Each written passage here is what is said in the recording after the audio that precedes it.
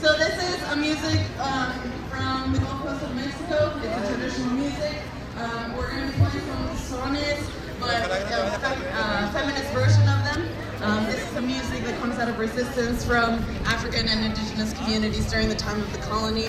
And it continues to be a voice of resistance, a voice of Hey. More about gender-based violence in Mexico. Well, what is this? It's about gender-based violence in Mexico. I'm sorry, it's too loud. Oh, gender-based violence in Mexico. Oh, what's this happening is what in we're Mexico? Protesting. Well, there's a wave of femicides happening in Mexico, and here's a definition of femicide because it's a term not widely used in the U.S. It's basically the hate crime, the killing of a woman for being a woman. In Mexico? Around the world, really. Really? Is it happening in America? It is happening in America. Really? Yeah, and it also has race and class component to it as well. So it's very common in the South. It's very common in different parts, and really in the world. But in Mexico, it's too common. It's happening too much. It's horrible, I know. Two women, and that really woke up most women in Mexico. So today, thousands of women are marching in Mexico City and across the country, and in different cities around the world. And then tomorrow there's going to be a strike. There's more information about it here. I see. There's some facts. For example, 10 women get killed in Mexico every day. 10 women. But by the who? government's doing nothing. It's men, by men. But is it more like domestic violence, or So that's is a it? good point. I think there's two components. Precisely, I work on a femicide project in northern Mexico right now. So there's two components. One is domestic violence, and the other one is the fact that the country is being militarized. The military has been deployed in Mexico for over 12 years now, and that has led to a rise in homicide rates.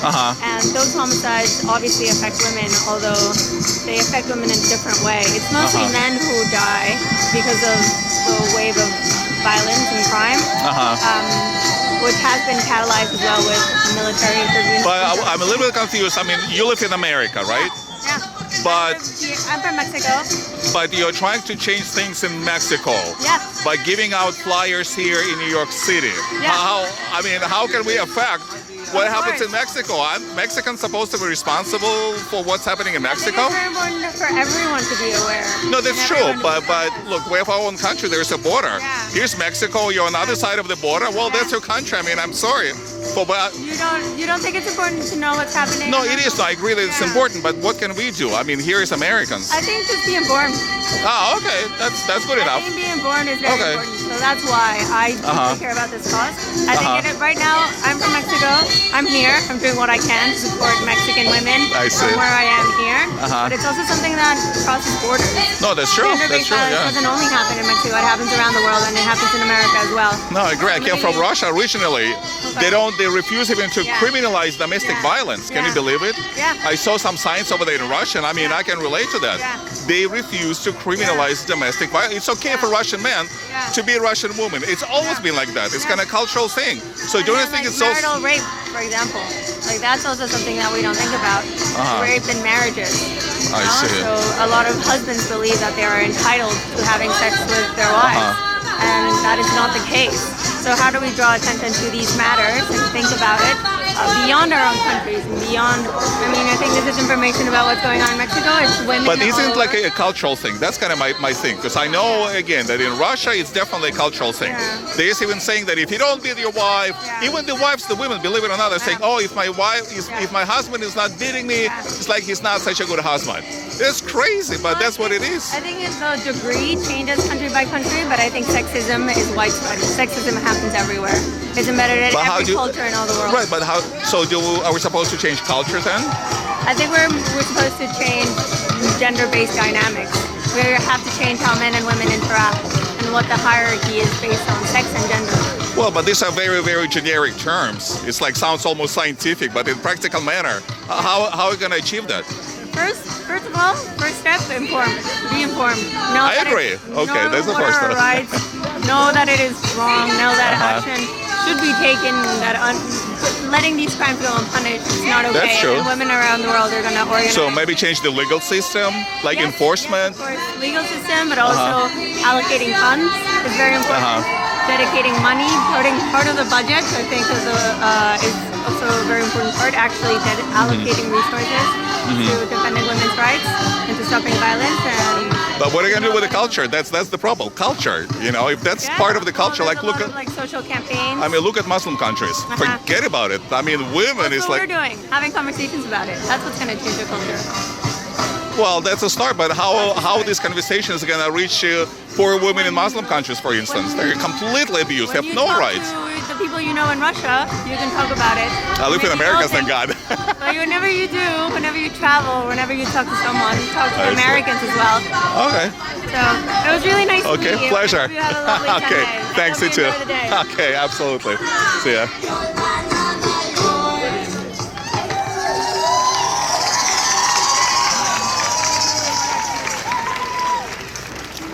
So now this is a song called El Golas, which has a lot of traditionally machista verses.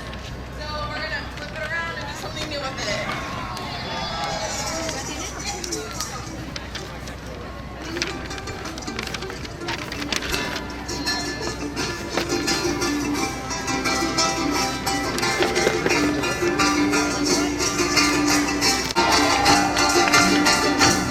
Vengo en son de paz, no vengo con rencores, griten por todos lados, ni una más señores. Yo vengo en son de paz, no vengo con rencores, griten por todos lados, ni una más señores. Colás, colás, colás y Nicolás, no se me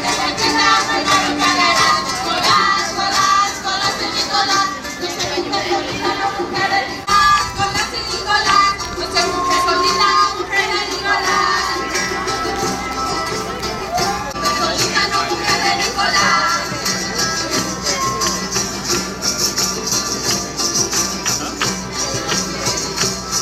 To raise the minimum wage if wages are being stolen. In what other country are 24-hour workdays acceptable? It is shameful that we have to call for an end to a 24-hour workday a century and a half after working women in this country fought for an 8-hour workday. Our governor loves to brag about being a progressive Democrat, but he has institutionalized sweatshop conditions for thousands of women. Solo una vez, ¿verdad? These workers are not paid off the books. This isn't an underground industry. Home care workers are dues-paying union members, but still have some of the worst working conditions in our country.